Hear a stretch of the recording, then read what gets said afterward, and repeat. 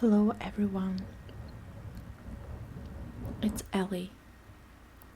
Welcome to my channel, EllieASMR.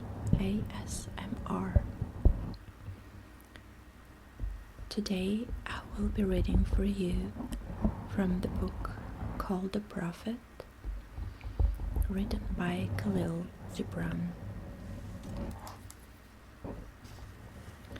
This book, which is Gibran's masterpiece, has become one of the beloved classics of our time.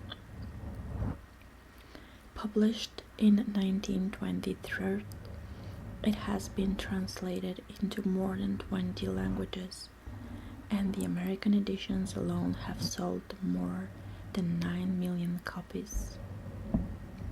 Gibran considered The Prophet his greatest achievement.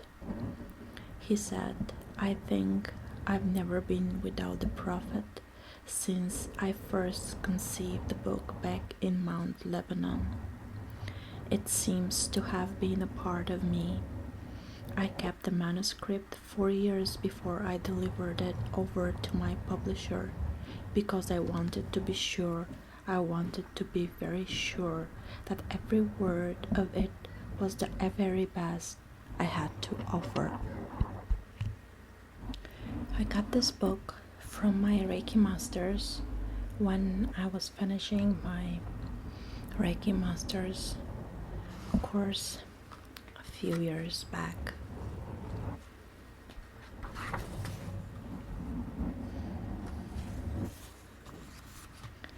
The first story that I'm going to be reading for you tonight is called The Coming of the Ship.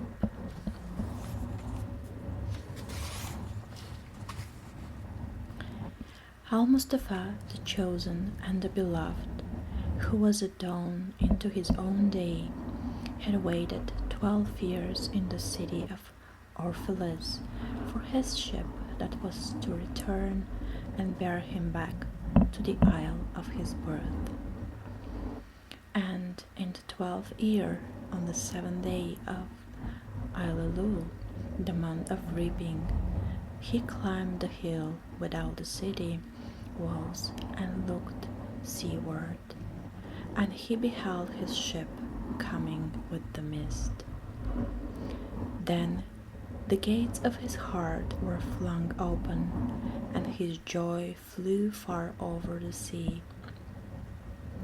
And he closed his eyes and prayed in the silence of his soul. But as he descended the hill, a sadness came upon him, and he thought in his heart, "How shall I go in peace and without sorrow? Nay, not without a wound in the spirit shall I leave the city. Long were the days of pain I have spent within its walls, and long were the nights of loneliness. And who can depart from his pain and his loneliness without regret? Too many fragments of the spirit have I scattered in these streets, and too many are the children of my longing that walk naked among these hills, and I cannot withdraw from them without a burden and an ache. It is not a garment I cast off this day, but a skin that I tear with my own hands. Nor is it a thought I leave behind me, but a heart made sweet with hunger and with thirst. Yet I cannot tarry longer. The sea that calls and all things into her calls me, and I must embark. For to stay, though the hours burn in the night, is to freeze and crystallize and be bound in a mold. Fain would I take with me all that is here, but how shall I? A voice cannot carry the tongue, and the lips that gave it wings. Alone must it seek the ether, and alone and without his nest shall the eagle fly across the sun. Now, when he reached the foot of the hill, he turned again towards the sea, and he saw his ship approaching the harbor, and upon her prow the mariners, the men of his own land. And his soul cried out to them, and he said, Sons of my ancient mother, you riders of the tides, how often have you sailed in my dreams, and now you come in my awakening, which is my deeper dream. Ready am I to go, and my eagerness with sails full set awaits the wind. Only another breath will I breathe in, still the still air. Only another loving look cast backward, and then I shall stand among you, a seafarer among seafarers. And you, vast sea, sleepless mother, who alone are peace and freedom to the river and the stream. Only another winding will the stream make, only another murmur in this grey glade. And then shall I come to you, a boundless drop to a boundless ocean. And as he walked, he saw from afar men and women leaving their fields and their vineyards and hastening towards the city gates. And he heard their voices calling his name and shouting from field to field, telling one another of the coming of his ship. And he said to himself, Shall the day of parting be the day of gathering? And shall it be said that my eve was in truth my dawn? And what shall I give into him who has left his plough in mid-furrow, or to him who has stopped the wheel of his winepress? Shall my heart become a tree heavy laden with fruit that I may gather and give unto them? And shall my desires flow like a fountain that I may fill their cups? Am I harp that the hand of the mighty may touch me, or a flute that his breath may pass through me? A seeker of silence am I, and what treasure have I found in silences that I may dispense with confidence? If this is my day of harvest, in what fields have I sowed the seed, and in what unremembered seasons? If this indeed be the hour in which I lift up my lantern, it is not my flame that shall burn the rain.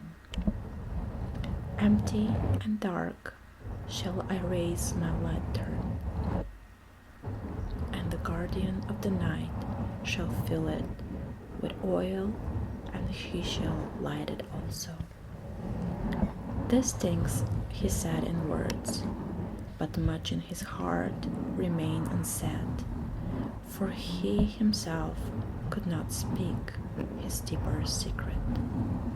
And when he entered into the city, all the people came to meet him, and they were crying out to him as with one voice. And the elders of the city stood forth and said, Go not yet away from us. At noontide have you been in our twilight, and your youth has given us dreams to dream. No stranger are you among us, nor a guest, but our son and our dearly beloved. Suffer not yet our eyes to hunger for your face. And the priestesses said unto him, Let not the waves of the sea separate us now, and the years you have spent in our midst will become a memory. You have walked among us a spirit, and your shadow has been a light upon our faces. Much have we loved you, but speechless was our love, and with veils has it been veiled. Yet now it cries aloud unto you, and would stand revealed before you. And ever has it been that a love knows not its own death until the hour of separation. And others came also and entreated him, but he answered them not. He only bent his head, and those who stood near saw his tears falling upon his breast. And he and the people proceeded towards the great square before the temple. And there came out of the sanctuary a woman whose name was Almitra, and she was a seeress. And he looked upon her with exceeded tenderness, for it was she who had first sought and believed in him when he had been but a day in their city. And she hailed him, saying, Prophet of God, in quest of the uttermost, long have you searched the distance for your ship, and now your ship has come, and you must needs to go. Deep is your longing for the land of your memories, and the dwelling place of your greater desires.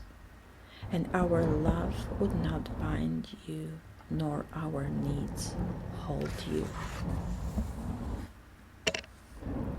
Yet this we ask, ere you leave us, that you speak to us and give us of your truth, and we will give it into our children, and they unto their children, and it shall not perish.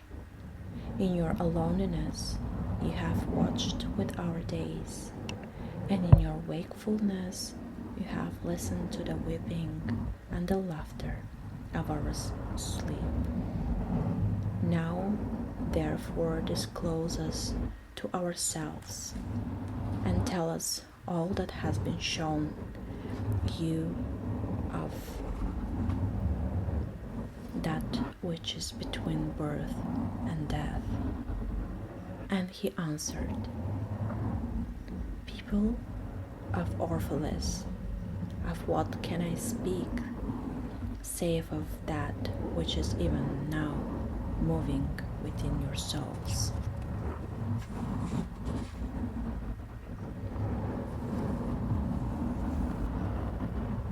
One love. Then said Almitra, Speak to us of love.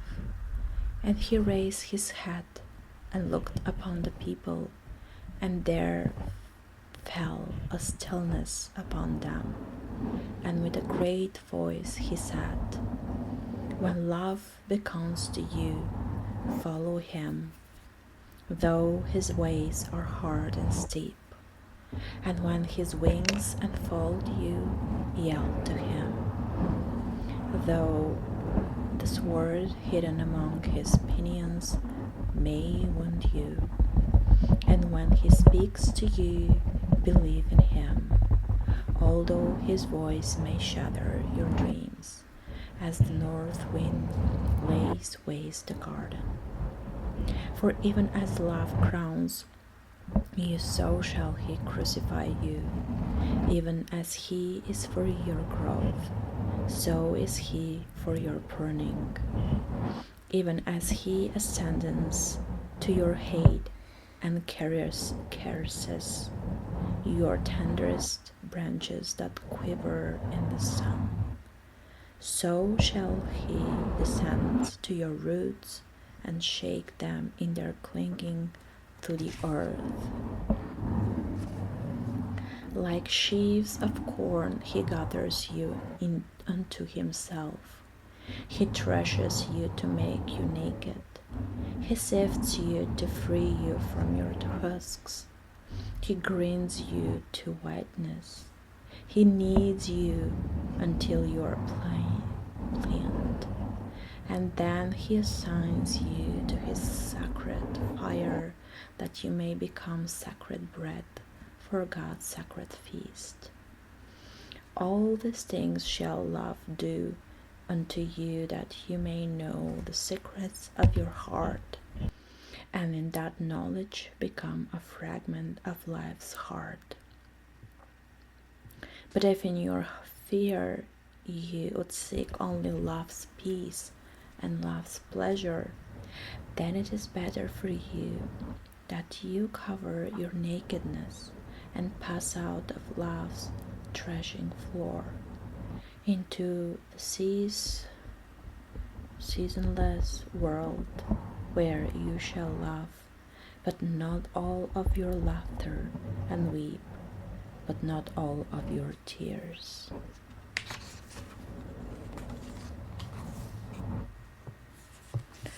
Love gives naught but itself, and takes naught but from itself. Love possesses not, nor would it be possessed, for love is sufficient into love. When you love, you should not say, God is in my heart, but rather, I am in the heart of God. And think not you can direct the course of love, for love, if it finds you worthy, directs your course. Love has no other desire but to fulfill itself. But if you love and must needs have desires, let these be your desires, to melt and be like a running brook that sings into its melody to the night, to know the pain of too much tenderness, to be wounded by your own understanding of love, and to bleed willingly and joyfully, to wake headstrong with a winged heart, and give thanks for another day of loving, to rest at the noon hour and meditate love's ecstasy, to return home at eventide with gratitude, and then to sleep with a prayer for the beloved in your heart and a song of praise upon your lips.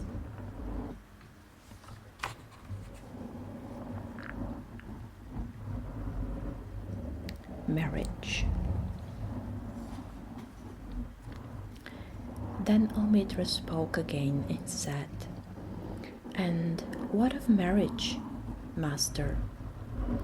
And he answered, saying, You were born together, and together you shall be forevermore.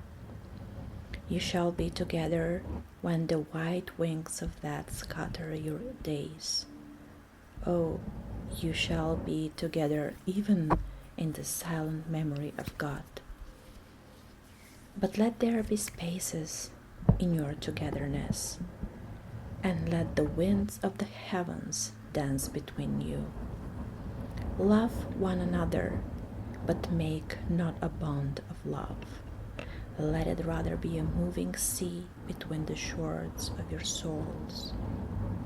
Fill each other's cup, but drink not from one cup. Give one another of your bread, but eat not from the same loaf. Sing and dance together and be joyous, but let each one of you be alone. even as the strings of a lute are alone, though they quiver with the same music. Give your hearts, but not into each other's keeping, for only the hand of life can contain your hearts and stand together yet not too near together. For the pillars of the temple stand apart, and the oak tree and the cypress grow not in each other's shadow.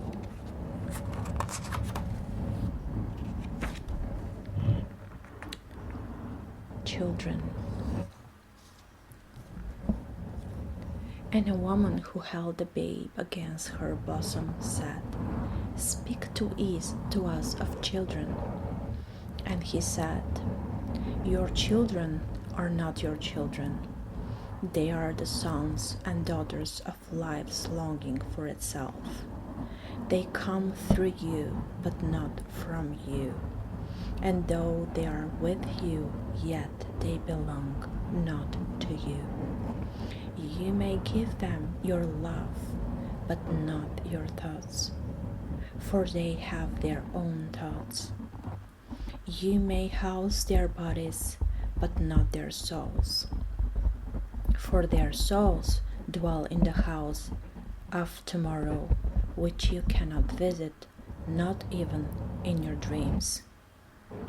You may strive to be like them, but seek not to make them like you. For life goes not backward, nor tarries with yesterday. You are the bows from which your children, as living arrows, are sent forth. The archer sees the mark upon the path of the infinite, and he bends you with his might, that his arrows may go swift and far. Let your bending in the archer's hand be for gladness, for even as he loves the arrow that flies, so he loves also the bow that is stable.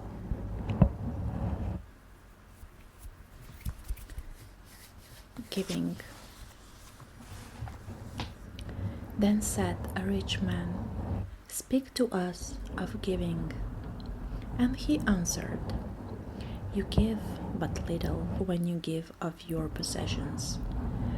It is when you give of yourself that you truly give. For what are your possessions but things you keep and guard for fear you may need them tomorrow? And tomorrow, what shall tomorrow bring to the overprudent dog, burying bones in the trackless sand as he follows the pilgrims to the holy city? And what is fear of need but need itself? Is not dread of thirst when your well is full, the thirst that is unquenchable?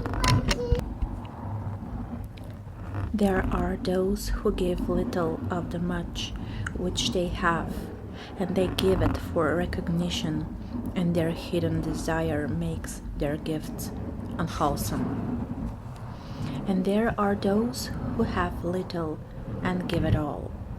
These are the believers in life and the bounty of life, and their coffer is never empty. There are those who give with joy, and that joy is their reward. And there are those who give with pain, and the pain is their baptism. And there are those who give and know not pain in giving, nor do they seek joy, nor give with mindfulness of virtue.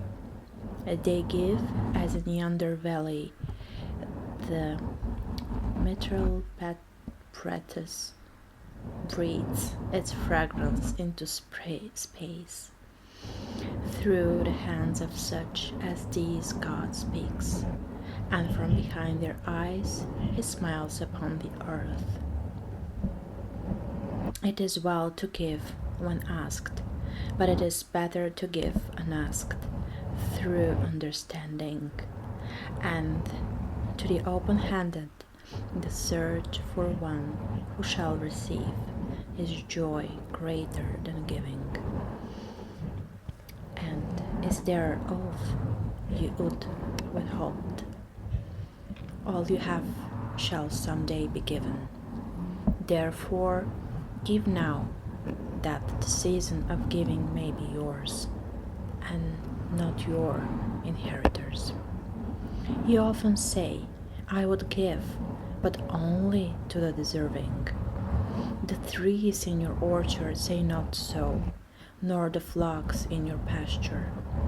They give that they may live, for to withhold is to perish. Surely he who is worthy to receive his days and his nights is worthy of all else from you.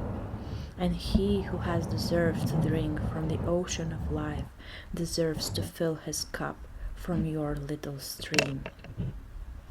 And what desert greater shall there be than that which lies in the courage and the confidence, nay, the charity of receiving? And who are you that men should rend their blossom and unveil their pride, that ye may see their worth naked and their pride unabashed? See first that you yourself deserve to be a giver and an instrument of giving.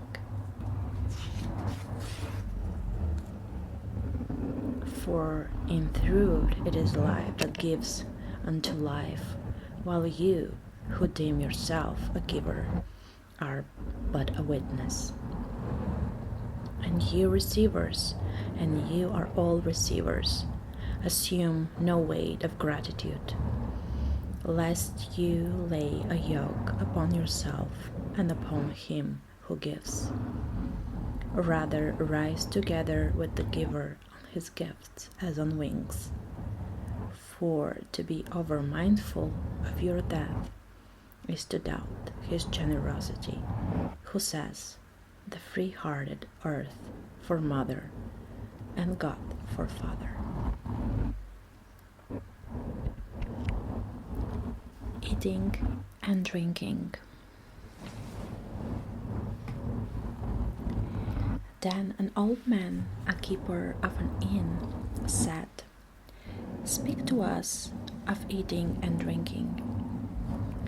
And he said, O that you could live on the fragrance of the earth, and like an air plant be sustained by the light. But since you must kill to eat, and rob the newly born of its mother's milk to quench your thirst, let it then be an act of worship, and let your board stand an altar on which the pure, the innocent of forest and plain are sacrificed for that which is purer and still more innocent in man. When you kill a beast, say to him in your heart, by the same power that slays you, I too am slain, and I too shall be consumed. For the law that delivered you into my hand shall deliver me into a mightier hand. Your blood and my blood is naught but the sap that feeds the tree of heaven. And when you crush an apple with your teeth, say to it in your heart, your seeds shall live in my body, and the buds of your tomorrow shall blossom in my heart, and your fragrance shall be my breath, and together we shall rejoice through all the seasons. And in the autumn, when you gather the grapes of your vineyards, for the winepress, say in your heart, I too am a vineyard, and my fruit shall be gathered for the winepress, and like new wine I shall be kept in the eternal vessels. And in winter, then when you draw the wine, let there be in your heart a song for each cup, and let there be in the song a remembrance of the autumn days, and for the vineyard, and for the winepress. Work. Then a plowman said, "Speak to us of work." And he answered, saying, "You work that you may keep pace with the earth and the soul of the earth. For to be idle is to become a stranger into the seasons, and to step out of life's processions that marches in majesty and proud submission towards the infinite. When you work, you are flued through those heart, the whispering of the hours turning to music. Which of you would be a reed, dumb and silent, when all else sings together in unison? Always you have been told that work is a curse and labor of misfortune. But I say to you that when you work, you fulfill a part of earth's furthest dream, assigned to you when the dream was born. And in keeping yourself with labor, you are the truth, loving life. And to love life through labor is to be intimate with life's inmost secret. But if you in your pain call birth an affliction, and the support of the flesh a curse written upon you, your brow, then I answer that naught but be of your brow shall wash away what which is written. You have been told also that life is darkness, and in your weariness you echo what was said by the weary. And I say that life is indeed darkness, save when there is urge, and all urge is blind save when there is knowledge, and all knowledge is vain save when there is work, and all work is empty save when there is love. And when you work with love, you bend yourself to yourself, and to one another, and to God. And what it is to work with love, it is to weave the cloth with threads drawn from your heart, even as if your beloved were to wear the cloth. It is to build a house with affection, even as if your beloved were to dwell in that house. It is to sow seeds with tenderness and reap the harvest with joy, even as if your beloved were to eat the fruit. It is to charge all things you fashion with a breath of your own spirit, and to know that all the blessed that are standing about you and watching. Often have I heard you say, as if speaking in sleep, "He who works in marble and finds the shape of his own soul in the stone is nobler than he who plows the soil, and he who sees the rainbow to lay it on a cloth in the likeness of man is more than he who makes the sandals for our feet." But I say, not in sleep, but in the wakefulness of noontide, that the wind speaks not more sweetly to the giant oaks than to the least of all the blades of grass. And he alone is great who turns the voice of the wind into a song made sweeter by his own loving. Work is love made visible, and if you cannot work with love, but only with distaste, it is better that you should leave your work and sit at the gate of the temple and take alms of those who work with joy. For if you bake bread with indifference, you bake a bitter bread that feeds but half man's hunger. And if you grudge the crushing of the grapes. Your grudge distills a poison in the wine. And if you sing, though as angels, and love not the singing, you muffle man's ears, not the voices of the day and the voices of the night.